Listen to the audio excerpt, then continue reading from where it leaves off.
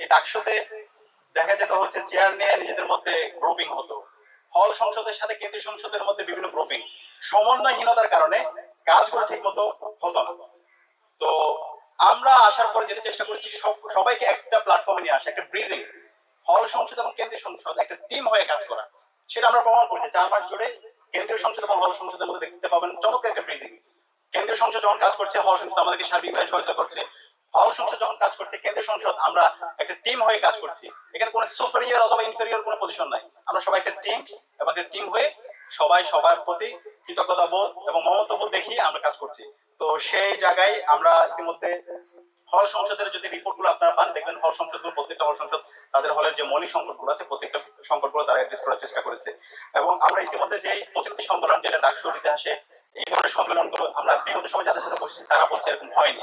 তো প্রতিনিধি সম্মেলন হয়েছে, প্রতিনিধি সম্মেলনে 8টি হল সংসদের যারা প্রতিনিধিরা ছিল তারা তাদের কথাগুলো বলেছে, মতামতগুলো দিয়েছে এবং সেটাকে আমরা রিটেন ডকুমেন্ট আকারে আমরা নিয়ে এসেছি। সেটাও আমরা আপনাদের মাধ্যমে দেশবাসীর কাছে আমরা পৌঁছে দিব। তো এর পাশাপাশি আমরা চেষ্টা করেছি পুরো নির্বাচন পরবর্তী আমরা নতুন একটা রাজনৈতিক সংস্কৃতি নির্মাণ করার জন্য। ডাকসুতে যখন আমরা দায়িত্ব নিই, এখানে আমরা কোনো একক দলের এক এক বর্গের আমরা রিপ্রেজেন্ট করি না, আমরা বিশ্ববিদ্যালয়ের শিক্ষার্থীদের প্রতিনিধি।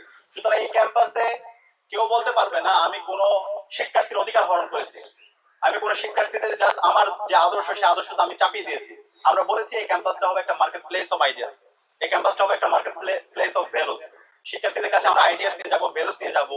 শিক্ষার্থীরা যার আইডিয়া ভালো লাগবে সেটা গ্রহণ করবে, যেটা ভালো লাগবে সেটা সমালোচনা করবে। কিন্তু এখানে কোনো ধরনের পেশশক্তির রাজনীতি চলবে না, মাসল পাওয়ার পলিটিক্স চলবে না, যেটা আমরা বিগত সময় দেখতে পেয়েছি। তো এটা আজকে গর্ব করে বলতেই হয় আমাদেরকে, ঢাকা বিশ্ববিদ্যালয়ে আজকে কোনো ধরনের গণরুম নেই, কোনো ধরনের গ্যাস রুট নেই, কোনো ধরনের ভাইয়ের পলিটিক্স নেই। তো এই ধরনের ক্যাম্পাস, এটাকে একটা সাস্টেনেবল পজিশনে নিয়ে যাওয়া, ভবিষ্যতের জন্য কখনো আর গণরুম এবং গ্যাস রুট কালচার ফিরে না আসে, আর কখনো যেন হচ্ছে মাসল পাওয়ার পলিটিক্সের রাজনীতি ফিরে না আসে, সেটার জন্য আমরা কাজ করছি। সেটার জন্য কি কাজ? ইতিমধ্যে আমাদের জিএস ঘোষণা দিয়েছেন, বিশ্ববিদ্যালয় ইনশাআল্লাহ আমরা ঘোষণা দিচ্ছি আগামী 2 বছরের মধ্যে বিশ্ববিদ্যালয় আবাসন সংকট থাকবে না ইনশাআল্লাহ। এবং সেটার জন্য আমরা কাজ করছি।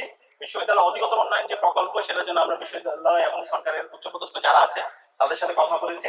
বিশ্ববিদ্যালয়ে 2850 কোটি টাকার একটি প্রকল্প এসেছে। আগামী আশা করছি 30শে জানুয়ারি সেটা উদ্বোধন হবে এবং কাজ খুব দ্রুত শুরু হয়ে যাবে। এই প্রকল্পের আওতায় ছাত্রদের জন্য 5টা হল, ছাত্রীদের জন্য 4টা হল, মোট 9টা হল।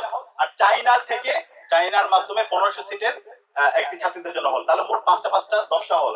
এই হল নির্মাণের কাজ যদি শেষ হয়, আশা করছি ক্যাম্পাসে আর কোনো ধরনের শিক্ষার্থীদের আবাসন সংকট থাকবে না।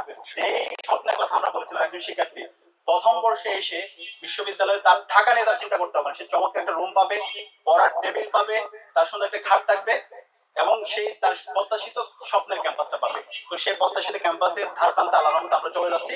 আশা করছি আমাদেরকে দেশবাসী যেভাবে আমাদেরকে দোয়া করছে, শিক্ষার্থীরা যেভাবে আমাদের পাশে আছে, আমরা শিক্ষার্থীদেরকে সাথে নিয়ে, শিক্ষার্থীরা আমাদেরকে যে বৈধতা দিয়েছিল সেই বৈধতাকে সাথে নিয়ে, শিক্ষার্থীদের ম্যান্ডেট নিয়ে আমরা সব দাবি দাওয়া আদায় করে নেব ইনশাআল্লাহ।